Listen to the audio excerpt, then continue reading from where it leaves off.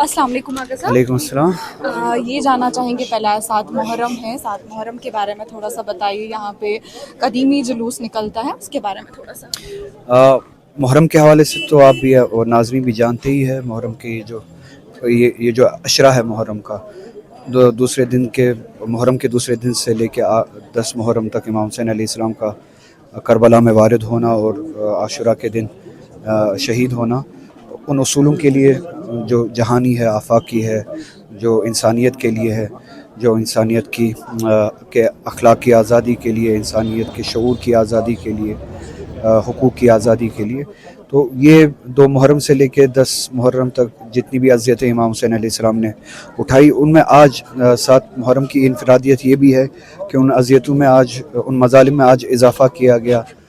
इमाम हुसैन अलैहिस्सलाम के ख़ीमे पे आज से पानी बंद किया गया था और उस तपती धूप में, उस सहरा में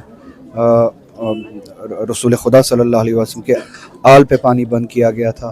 तो इमाम हुसैन अलैहिस्सलाम के साथ साथ उनके बच्चों ने, उनके भाइयों ने और उनके असहाब ने इस अज़ियत को भी झेला ताकि आपके लिए और मेरे लिए इंसाफ की राह जो है वो खुल जाए।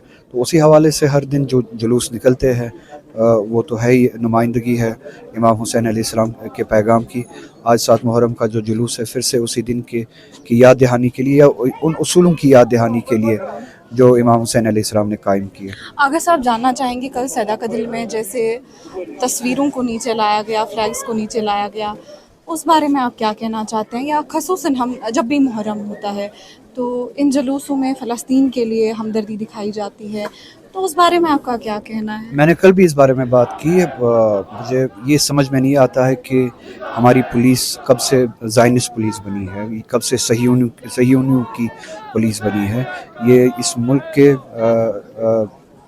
लॉ के हिसाब से, कानून के हिसाब से बनी हुई पुलिस है और इस मुल्क के शहरियों के लिए बनी हुई पुलिस है। तो ये इस मुल्क का कॉन्स्टिट्यूशन भी और फॉरेन पॉलिसी भी वो फ़लस्तीन के हक़ में है। अगर आप फॉरेन पॉलिसी की तरफ नज़र दौड़ाए तो वो फ़लस्तीनियों के हक़ के दिफा के लिए बात करती है, उनके राइट टू डिफेंस के लिए बात करती है, and to decide for themselves उसके लिए बात करती है। तो हमारी नेशनल पॉलिसी जो है इस मुल्क की, that is in favour of the Palestine and against the operation which happens on Palestine and for the right to defend themselves। तो अगर हमारी ये नेशनल पॉलिसी है, फॉरेन पॉलिसी है और आज़ादी, जुल्म के मुकाबले में आज़ादी अगर इस मुल्क के डीएनए में है, तो ये पुलिस किसकी सर्विस कर रही है? मुझे ये समझ में नहीं आ रहा है। ये जो नाम नहाद एलजी इंतज़ामिया है, वाइस रॉय का जो ये जिसके हाथ में ये पुलिस है, वो किस ज़ायनिस्ट रिजीम को रिप्रेजेंट करता है? क्या वो इंतज़ामिया हिंदुस्तान की फॉरेन पॉलिसी को, हिंदुस्तान के आइन को रिप्रेजेंट करते हैं या ज़ायनिस्ट रिजीम को रिप्रेजेंट करते हैं? इनको खजालत महसूस होनी चाहिए, इनको शर्मिंदा होना चाहिए कि जब कोई कौम किसी ऑप्रेस्ड कौम के लिए बैनर उठाती है। फ़लस्तीन के लिए बात करना न सिर्फ हमारा अखलाकी हक़ है, यूनिवर्सल राइट है, उसके साथ साथ इस मुल्क की फॉरेन पॉलिसी भी और हमारे कॉन्स्टिट्यूशन में जो डीएनए है उसमें भी न सिर्फ इस बात की ज़रूरत है, इस बात की इजाज़त है, बल्कि इस बात की ज़रूरत है। तो पुलिस को चाहिए अपने आप को डिसिप्लिन करे, बजाय इसके कि वो ज़ायनिस्ट रिजीम की सर्विस करे। उनको इस मुल्क की पॉलिसीज़ की सर्विस करनी चाहिए। आरएसएस की आइडियोलॉजी उस राइट विंग की आइडियोलॉजी है, वो इस मुल्क की आइडियोलॉजी नहीं है। तो इनको अपने एक्ट को ठीक करना चाहिए, ख़ुद को डिसिप्लिन करना चाहिए।